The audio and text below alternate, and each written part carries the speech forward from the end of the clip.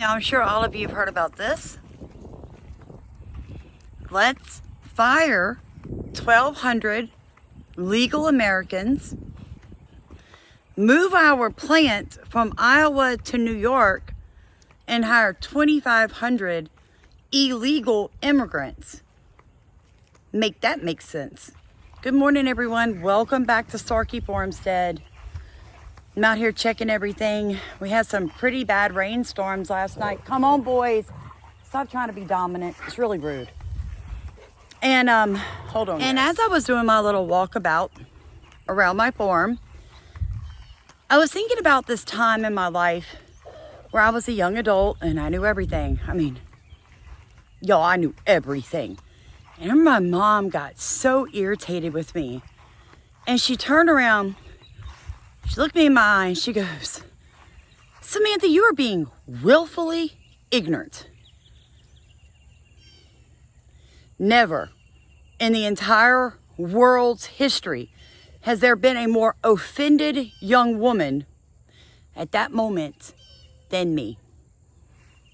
I remember being offended and angry and butthurt and sassy and rude. God forgive me. Sorry, Mom. I love you. I was so rude. Now I know you're wondering, why did I tell you this? Because there are people who live on YouTube, Twitter, TikTok, and Rumble, and X, and where everything. And their goal in life is to be willfully ignorant. It is to intentionally misunderstand you. It is to intentionally be lazy. It is intentionally to stir things up. So here is the Webster's Dictionary definition of willfully ignorant. Oh my gosh, I have an alien in my yard. As I was doing my walk, I saw this. It's a mushroom. Wow. Wow. That's fantastic. I mean, I assume it's a mushroom. It's not moving. Yeah, I'm just going to say mushroom. Now, there's a difference between stupid and ignorant. And here it is. So stupid is simply someone that is uneducated. They don't know any better a lot of times and possibly don't know where to get the proper information from. All right? Ever heard the old saying, stupid is as stupid does? Right, okay? Then there's something called ignorant, right here. That's intentional. It's willful. It is stubbornness. It is, I am always right. No one else is. So I thought I would share that with you guys this morning to understand that we live in a world that wants to be ignorant. Like, they want to be offended. Think about it. Every conversation you have. I can't tell you how many times I've seen people put it in comments here. "I'm offended, Sam. I've watched you for this long and you offended me." Look, dude, real talk. What do you want me to do?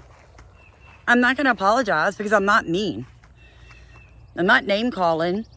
I'm not out of order. I'm simply bringing you truth based on the Bible and common sense. And I'm sorry if you can't swallow that like an adult. When I put up the verse from Genesis saying that there will be night and day, this one, people immediately are like, "Oh, there were volcanoes that darkened the sky. And the people died of hunger." I didn't deny that. But there's still technically the sun rose and the sun set. There were still seasons, but there was a volcanic eruption that interrupted that. And that was only on one section of the earth. It wasn't the entire earth. What happened in Egypt when it went dark for 3 days? Guess what? Right outside of Egypt, sun rose and set and everybody else was living their life just fine. The rest of the world was still rolling because they were under a punishment. So don't be willfully ignorant when I tell you, please don't believe that 3 days of darkness nonsense. Just don't be willfully ignorant. You got to stop. You guys, look, most of you watching me that watch those videos, you have no food in the ground. You have no food in the ground. You have no food stored. You don't have a bug out bag. You don't have trained home protection dogs. You have not taken self-defense. You have no self-defense weapons, and you wouldn't know how to use them. You have no survival skills. You couldn't even stay in a tent for a day by yourself. You wouldn't know how to do it. You wouldn't know how to handle it. You can't grow food. You can't filter water. You can't slaughter animals. You can't cook. You're not prepared. You got bills out the wazoo. You'd rather go on vacation than pay your house off. You're overextended in every area of your life. And you want to get on YouTube and argue with people about a prophecy that isn't going to come true. There are going to be no demons outside. 3 days of total darkness that you can only see with a blessed candle. Do you guys really believe that? If you really believe that, I have a whole bunch of swampland down here in South Louisiana. Prime real estate product. I mean, prime. Dude, I'll sell it to you $1 million an acre. Come on. Come back from me. That's all I'm saying. Like, before you decide that you know everything, why don't you do what you need to do, which is feed your family. Be able to protect your family rather than needing to call 911 because you did nothing to prepare for what may or may not come. And we all know it's going to be something, and I'm not talking about April 8th. That's an eclipse. Get over it. I'm talking about what happens afterwards. Also, everybody claiming 100 days after the eclipse, there's going to be this huge, massive earthquake. How do you know that? Who told you that? Did you find it in the Bible?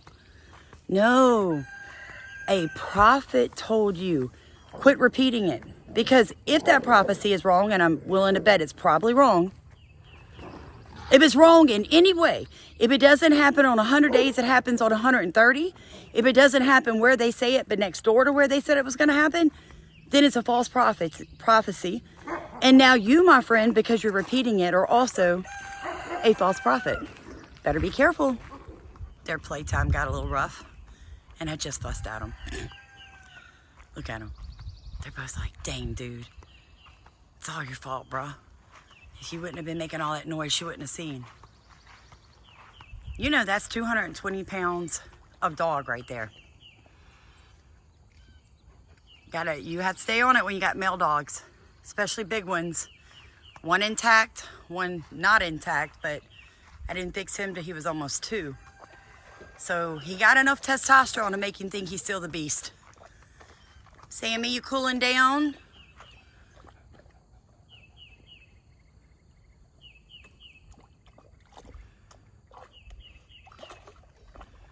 You cooling off, baby? Yeah. Bubba got you all worked up, huh? Got you all worked up. Hammer, let him out. Hammer! Come at. Yeah, I know. Let him get out. Ooh, you guys, look at my potato plants. Bottom, bottom. Look at them. Do-do-de-do-de-do-de-do. Do-do-de-do-de-do-de-do. They're everywhere. So excited. Bump-a-dum-a-dum.